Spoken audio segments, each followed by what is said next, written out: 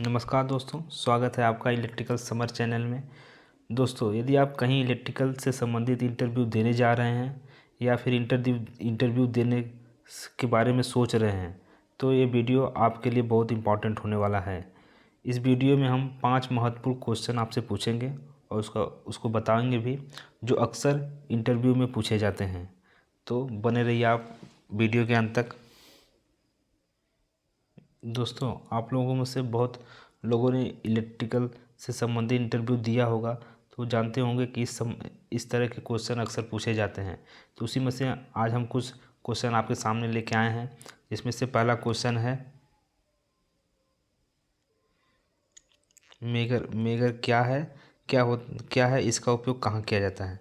तो मेगर एक मापक यंत्र है जो किसी इसका अब ये मापक यंत्र है, इसका उपयोग हम कहाँ किया जाता है। तो इसका उपयोग इलेक्ट्रिकल डिवाइस जैसे ट्रांसफार्मर वाइंडिंग, मोटर वाइंडिंग इत्यादि के इंसुलेशन रेजिस्टेंस को मापने के लिए किया जाता है। अब इंसुलेशन रेजिस्टेंस जो बाइंडिंग हम वहाँ पर टर्न्स लगा के ऐसे किए, इस तरह किए रहते हैं टर्न्स, तो इन दोनों के बीच का जो इंसुलेशन रेजिस्टेंस है उसको चेक करने के लिए हम मेगर का उपयोग करते हैं। और मेगर मेगर में 2 टर्मिनल होते हैं, 2 टर्मिनल बने रहते हैं मेगर में। और मेगर से एक चीज़ और चेक कर लेते हैं कि किसी वायर की कंटिन्यूटी, अगर कंटिन्यूटी चेक करनी है, जैसे कोई यहाँ से इतना लंबा वायर है तो इसकी कंटिन्यूटी मतलब कहीं से ब्रेक नहीं हुआ है, इसे चेक करना है। तो आपको तो एक टर्मिनल को आप यहाँ पर और दूसरे टर्मिनल को आप यहाँ रख लेंगे, तो मेगर से आप ये चेक कर पाएंगे कि इसकी कंटिन्यूटी, क्या वायर सही है, कहीं से ब्रेक तो नहीं है। इसे चेक कर सकते हैं आप इसकी कंटिन्यूटी। इसके द्वारा जो रेजिस्टेंस मापा जाता है, इंसुलेशन रेजिस्टेंस, वो मेगा ओम में मापा जाता है। अब दूसरा क्वेश्चन हमारा स्टार डेल्टा स्टार्टर क्यों उपयोग किया जाता है।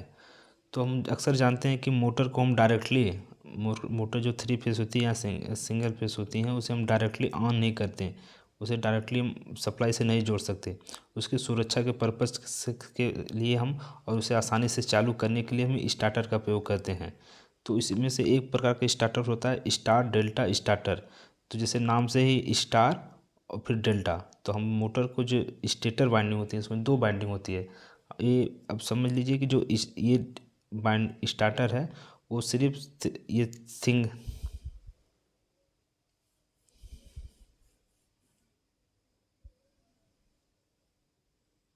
जो स्टार डेल्टा स्टार्टर है वो 3 फेज इंडक्शन मोटर को स्टार्ट करने के लिए प्रयोग किया जाता है। तो इसमें 2 वाइंडिंग होती है कि स्टेटर वाइंडिंग या रोटर वाइंडिंग। तो स्टेटर वाइंडिंग जो ऊपर लगी होती है उसे स्टेटर वाइंडिंग, जो रोटर जो घूमता है उसमें जो वाइंडिंग की जाती है उसे रोटर वाइंडिंग कहते हैं। तो स्टेटर वाइंडिंग को जो हम पहले शुरू में स्टार में जोड़ते हैं, उसके बाद डेल्टा में शुरू करते हैं। तो जो क्वेश्चन है, स्टार डेल्टा स्टेटर का उपयोग किया जाता है, क्यों उपयोग किया जाता है। तो इसका सिंपल सा उत्तर है, स्टार्टिंग करंट को कम करने के लिए हम स्टार डेल्टा स्टार्टर का प्रयोग करते हैं।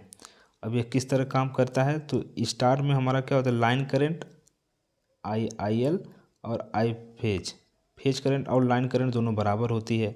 और जो हमारा वोल्टेज होता है, फेज वोल्टेज वो जो लाइन वोल्टेज का 1/√3 गुना होता है। तो फेज करंट शुरू में कम कर होती है तो करंट कम हो जाता है। स्टार में जोड़ने से फेज करंट कम हो जाएगी, और फिर मोटर जब 80% की स्पीड पकड़ लेता है तो उसके बाद हम डेल्टा में कर देते हैं, जाके वहाँ पर फेज वोल्टेज लाइन वोल्टेज के बराबर होती है। तो मोटर हमारा एक समान गति से दौड़ता रहता है उसका। हमारा अगला तीसरा क्वेश्चन कि सीरीज मोटर को क्यों नो लोड, मतलब कि कोई लोड कनेक्ट नहीं रहता, नो लोड पर चालू किया जाता है। चालू क्यों नहीं, चालू क्यों नहीं किया जाता है। तो नो लोड पे आप इसे क्यों नहीं चालू करते सीरीज मोटर को, क्वेश्चन ये है। तो इसका सिंपल सा आंसर है कि हम जब नो लोड सीरीज मोटर से, जैसे उसमें स्टार्टिंग वाइंडिंग होती है, एक सीरीज में जुड़ा होता है एक आर्मेचर वाइंडिंग, और जो फील्ड वाइंडिंग, वो दोनों सीरीज में ही जुड़े रहते हैं। जब शुरुआती में आप कोई नहीं लोड देते हैं तो जो लोड करंट होती है उसमें लोड करंट और आर्मेचर करंट दोनों बराबर होती है। तो शुरुआती में हमारा आई आर्मेचर करंट कम होगी तो एक फार्मूला होता है एन प्रोपोर्शनल टू आई ए। यहाँ पर सभी सीरीज में, तो सीरीज में सारी करंट बराबर, तो आई ए का मान कम होता है स्टार्टिंग में। जब आई ए का मान कम होगा तो जो एन है, एन क्या स्पीड है, तो स्पीड ज़्यादा होगी। तो शुरू में हमारे जब लोड नहीं कनेक्ट रहता तो करंट जो आर्मेचर करंट होगी या फील्ड करंट होगी या जो लोड करंट होगी, तीनों एक ही होती है। तो लोड जब करंट कम होगी तो यहाँ पे स्पीड हमारा अधिक हो जाता। तो स्पीड अधिक हो जाएगी तो मोटर को मैकेनिकली डैमेज कर सकती है, इसीलिए हम इसको नो लोड पर नहीं चलाते हैं। चौथा क्वेश्चन हमारा है कि वोल्टेज ड्रॉप क्या होता है। तो वोल्टेज ड्रॉप को समझे तो वोल्टेज ड्रॉप एक बंद सर्किट, क्लोज सर्किट में दो बिंदुओं के बीच चार्ज की संख्या में अंतर होता है। तो क्लोज कोई सर्किट बना लीजिए आप, इसमें एक सोर्स होगा और एक लोड कनेक्ट होगा। कोई लोड है, ये हमारा भी क्या सोर्स। तो एक क्लोज सर्किट हुआ, क्लोज सर्किट में दो बिंदु मान यहाँ पर, तो बिंदु में जो चार्ज की संख्या में अंतर पाएंगे उसे हम वोल्टेज ड्रॉप कहेंगे। या विद्युत उपकरणों की जो आंतरिक, कोई अगर आप कोई यहाँ पर उपकरण लगा लीजिए, मान लीजिए मीटर लगा दिया आपने इसके सीरीज में, तो इसका जो इंटरनल रेजिस्टेंस होगा, जैसे कोई उपकरण हो उसका आंतरिक रेजिस्टेंस कुछ न कुछ होता है, तो इन कारण जो वोल्टेज का ड्रॉप हो जाता है। इनके ड्रॉप होने से मान लीजिए बिंदु कोई ए है या बी, इन दोनों बीच में जो वोल्टेज का डिफरेंस आएगा उसे हम क्या कहते हैं, वोल्टेज ड्रॉप। मान लीजिए इंटरनल रेजिस्टेंस इसका आर है, तो इसमें जो करंट दौड़ेगी तो वोल्टेज ड्रॉप की गणना करने के लिए भी बराबर आई इंटू इंटरनल रेजिस्टेंस किसका, अमीटर जो आप सीरीज में लगा रखे हैं उसका इंटरनल रेजिस्टेंस स्मॉल आर, अगर दोनों का आप गुणा कर देंगे तो जो वोल्टेज निकल के आएगी यहाँ पर आपको भी मिलेगा, वही यहाँ पर वोल्टेज ड्रॉप होगा। मतलब बिंदु ए पर आप चेक करेंगे तो कुछ वोल्टेज और होगा और बिंदु बी पर चेक करेंगे तो वोल्टेज कुछ और है। तो मान लीजिए यहाँ पर 5 है तो यहाँ पर 3, तो हम कहेंगे वोल्टेज ड्रॉप कितना हुआ, तो दोनों को माइनस कर दीजिए 2 वोल्ट का, 2 वोल्ट का आपको वोल्टेज ड्रॉप मिल जाएगा। यही है वोल्टेज ड्रॉप।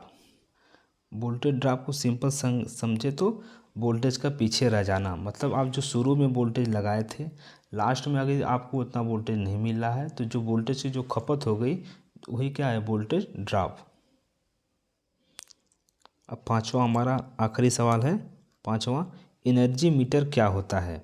तो एनर्जी, इसका सिंपल से उत्तर दे देना है कि एनर्जी मीटर किसी दो बिंदुओं द्वारा, एनर्जी मीटर किसी विद्युत लोड द्वारा, विद्युत लोड मतलब जो आप पंखा स्विच, पंखा बल्ब ये सब ऑन किए हैं, विद्युत लोड द्वारा किसी दिए गए समय अंतराल में लोड द्वारा जो खपत किया जाता है कुल ऊर्जा, वही उसी को मापता हमारा एनर्जी मीटर। एनर्जी मीटर जो आप किसी एक पार्टिकुलर समय में कितनी एनर्जी आप खपत कराए हैं लोड लगा के, उसी को मापता है हमारा एनर्जी मीटर। अब एनर्जी मीटर जो हमारा विद्युत उपकरण होता है उसी की खपत को मापता है। अब इसे आप घरों में विद्युत मीटर तो लगा होगा, विद्युत मीटर जो यही विद्युत मीटर हमारा क्या एनर्जी मीटर होता है। यही आपके जो उपकरण होते हैं फ़ैन, टीवी, आप कितने समय में कितने घंटे के लिए चला रहे हैं वही हमारा क्या मापता है, किस में मापता है, kWh, किलो वाट हावर। मतलब एक हावर में आपने कितने किलोवाट बिजली खपत की है यही मापता है, इसी को हम कहते हैं एक यूनिट। एक यूनिट बराबर होता है kWh। एक घंटा आपने अगर 10 घंटे चलाए तो यहाँ 10 घंटा हो जाएगा, कितने किलोवाट की एनर्जी खपत की है उसके द्वारा उपकरण द्वारा, उसी को हम क्यों कहते हैं एक यूनिट। तो अब ये यूनिट बदल सकती है, आप जितना यहाँ बढ़ाते जाएंगे लोड यहाँ पर यूनिट बदलती रहती है। तो हमारा एनर्जी मीटर क्या होता है, विद्युत की खपत को मापता है, वही हमारा एनर्जी मीटर होता है। तो दोस्तों ये 5 इलेक्ट्रिकल इंटरव्यू के महत्वपूर्ण 5 क्वेश्चन थे, आप इसे देख के समझ लीजिए, याद कर लीजिए, ये बार बार पूछे जाते हैं इंटरव्यू में। यदि आपको ये वीडियो अच्छा लगा होगा तो चैनल को लाइक कर लीजिए, सब्सक्राइब कर लिए, इसी तरह का वीडियो हम लेके आते रहेंगे आगे इस वीडियो में। तब के धन्यवाद।